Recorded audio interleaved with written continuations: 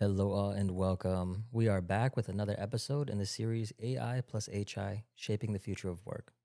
In our last episode, we had Dr. Guido Minaya and returning guest Angelo Biasi, founder of Solvably and Credibly AI, having a two-part conversation on the Solvably platform and the Credibly AI certification process. Moving on, in this episode, we have a special guest with us, Cynthia Mackey, who is the founder of Winning Strategies and recently completed a 2-month UC Berkeley executive education program on AI. Stay tuned to learn more.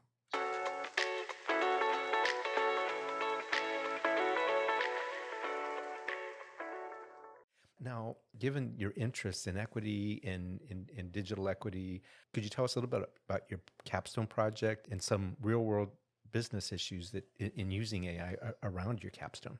Sure. One thing that was really helpful about the Berkeley program, while the topic was AI, we had a lot of access to professor and a ton of different aides at different time zones. So I often would go to the different ones. I'd wake up early and, check in so you could really have really substantive discussions about applications based on the assignments that were given. So for Berkeley, they also had a capstone project, so you could select any project that you wished that related to, any of the topics that they had in the program or overall topic.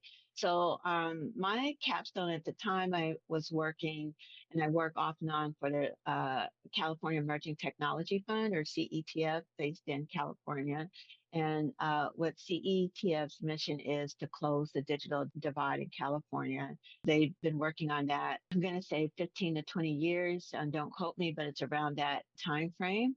And I think so far in California, it's about 91% of the population does have varying levels of the internet access, but they're going for the 9% to make sure as much as possible that we can fully close the divide.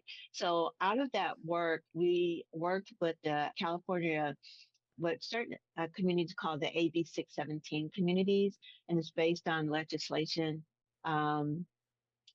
derived from the California Air Resource Board, where they identified areas in the state that have very poor environmental conditions.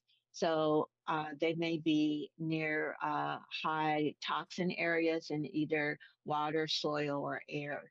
That's statewide, but the California Air Resource Board, or CARB, focuses on the air. So emissions from cars and also flares from refineries, all of that type of thing. And I have to say, Guido, this is an area that I didn't know a lot about, that these toxins in the air really lead to a high level of cancer in these regions and death. And as a Californian, I was really taken aback by that. It really was something that I kind of dived into the project with CETF, and their goal was to build digital access in these communities, because many of these communities don't have internet. And so this impacts them in terms of getting access to information about the particulates in the air, down to access to emergency services. If there's a wildfire in California and you don't have strong access to the internet through broadband, cellular towers are great, but having deployed cellular when I worked at the phone company, we had some challenges with that when they went offline. So, and my capstone project was looking at an app that could work with identifying and taking data from air monitors that the state provides and pulling it into an app for the users in those communities. So they all have phones, and whether it's a cellular network, but we also wanted to provide funding or identify funding to put middle mile network infrastructure so that they can have access to inform their decisions for their family members. So this would be an AI application that would take in the particular data, the weather, and many other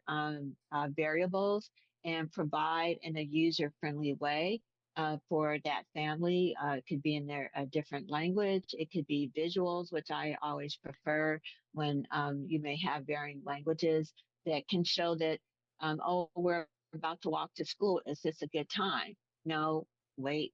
10 minutes or wait half an hour, or I'm going to take my granddad out to the park. Is this a good day? Making it more of a lifestyle application, Guido, so that people can really manage their, if we can't manage it fully, but have some indicators so they can manage their lifestyle and improve their air quality in that way. So that was my capstone. And I was pleased to say that my professor thought it was, my story was well designed. He understood what I was saying, which is a key when you only have 12 or 14 PowerPoint slides. Was able to get my certificate. Right. Well, that sounds such a important initiative. So hopefully there'll be funding to support it. Mm-hmm. Right. And when you look at other ways that the programs helped you as a consultant and how you might help other organizations, what are some practical ways that you think you're going to be able to help your clients with? Once you've been doing consulting for such a long time, you kind of have your a standard approach to get to the problem. And I think where AI can be beneficial is one, as I mentioned earlier, is this a solvable problem? Because from my point of view, I always try to identify solutions for clients that was worth their investment. I have learned over the years that not all consultants do that, whether it's a reflection of my integrity, just how I was kind of raised under the tutelage of all my bosses and my academics. I think that it's important to identify a solution that can work and that fits in the budget. And if you still think it's a great solution, identify why it's a good solution. And so with that, for clients that are looking at ways to implement AI to solve a problem, the course will help me look at the steps that are necessary, what type of algorithms may work. And then the other element I will add that I learned is that initially, and this is relevant to your question, initially I thought AI was sort of like web where you could build and compartmentalize your own AI solution for an organization. Now, if you're a big organization like Microsoft or Google, you can do those kind of investments. But the reality is most clients won't be able to do that. They can hire entrepreneurs or current companies that generate algorithms in a particular discipline or focus or industry, but you'll need to run that algorithm on like a chat GPT or some other platform. You won't initially be able to create that on your own. That's something that I've already read articles that they're working on resolving, but you have to run it on a platform in order to process that data. And so as a consultant, I can also recommend what platform might be the better platform to do that. What algorithms or what companies are out there that have been doing it for a while versus a startup, or maybe there is a startup that answers the question for the client. So with AI and consulting, you still have to take the overall approach of what the need is and the problem that you're trying to solve. But the AI certificate program, and in my case, helped me look at, okay, what is the solution that may be needed? What is out there? What's the best engine for that? Are we doing descriptive analytics? Are we doing predictive analytics? What is the goal of this particular need of the client? And then what solutions can we provide to resolve that? And I like that part. I've always liked taking on problems that seem unsolvable because that my it's like a puzzle. I like puzzles too, but it's like trying to solve the problem with the Yes. solutions out there, and also being honest. That's where I'm different. I don't think there are a lot of organizations like Minaya. Our organizations will say this is the best solution at this time, or we haven't found the best solution at this time. But I think it pays to be honest with the client. And I've had clients come back, not on AI in particular, but over the years that said, you were right, or we spent double the money and we should have just went with this. So I still see that as an important role. And that's where my AI certificate, I think, will help in looking at how to apply AI to a solvable problem that that client might have. Sure, sure. And when you think of the colleagues that you met and your professors and knowledge that you gained, what kind of assessment would you say over the next 5 years in terms of how AI will transform the business landscape? I think it's hard to predict for 5 years because I just look at the last really year. It's like maybe 2 or 3 years, but I think there's some, I'll say strengths, weaknesses, opportunities, and threats, Right. or strengths, challenges, opportunities, threats, whichever school of thought you're under.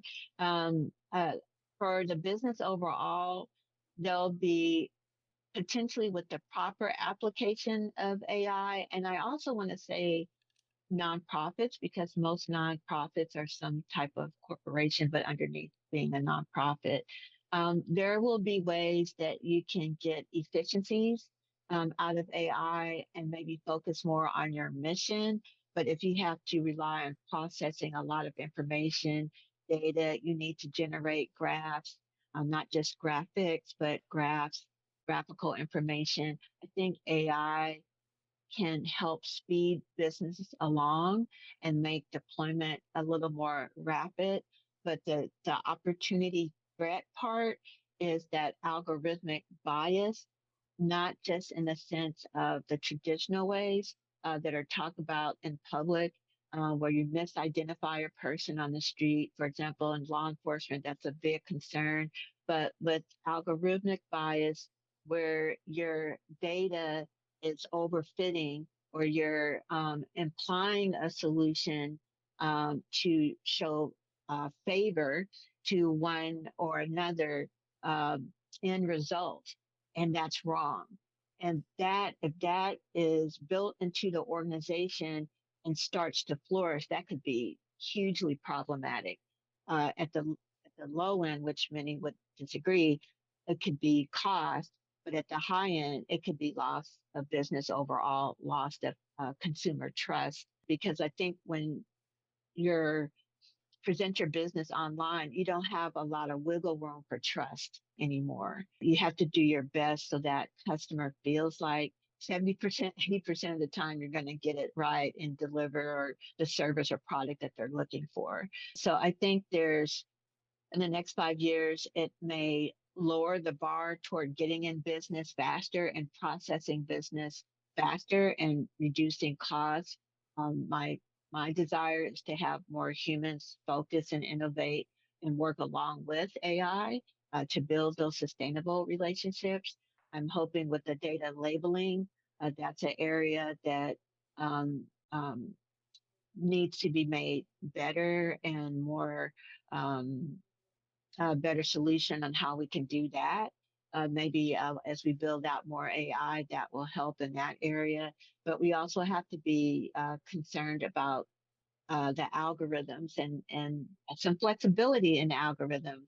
I'm sure, I know I've been stuck in an algorithm on social media, or I ask a question and it just starts hitting me with certain things. I'm like, no, I'm more than that thought. I want to expand my world. And so that's something that we could get locked into, and we want to find flexibility in that. And I don't think we're quite there yet, personally. Right. Well, hopefully as you said, we'll continue to make some inroads. You had the opportunity to collaborate with some folks, of course, throughout California, throughout the US, but internationally as well through the program. Any perspectives there on how those outside the US challenges that they're facing, or how they're beginning to get their hands around AI, or what were some of your perspectives there? It was really fascinating. I love working when you're across the nation, but I just really love international because the culture and the economics and the way they do business is often different. It's, integrated in many ways. And so I would say the majority of folks were in some type of company or organization where they were introducing AI in the organization, or organization already had it and they were in a different department. But yes, in terms of a different application, what was most interesting is that some organizations and countries are further ahead with the application of AI, then, and I will relegate that to my kind of cohort of, the online groups that I participated in and the tutor sessions, the questions that came up. Many of them were a bit further along. I like the automotive industry. In some cases, there was a discussion with the healthcare industry. For example, one of the examples that was given in the coursework was because Israel has electronic medical records. They have EMR and they've had it, I'm going to say, for a while, maybe 10 years. So using AI to potentially identify cancer nodules and lung x-rays. So in the US, we have EMR, but not in every locale. It's not standardized per se. We have different private organizations. They don't always interact. With Israel, it was a little bit different as described in the course. So they could really rely on these hundreds, if not thousands, of lung x-rays to start to use AI to identify whether someone has cancer or not. And I understand they're now trying to carry that information over and work with the United States. So that was the area, Guido, where the data already existed. And in the United States, what I found, we don't, and some other nations as well, not just us, those data sets aren't there yet. That amount of data where you can have enough to start to look at the benefit there and rely on it, it's just not quite there yet. So that was something that was eye opening in the discussions with my classmates. Interesting. Yeah, and it sounded like quite a number of international students participated. Well, I think in closing, Cynthia, completing the certification looks like it definitely had an impact from a leadership or innovation perspective. It sounds like Berkeley is leading the way here, right? What's your thought as to having completed the program at Berkeley, and now that Well, you've I had may a be few months biased. behind you?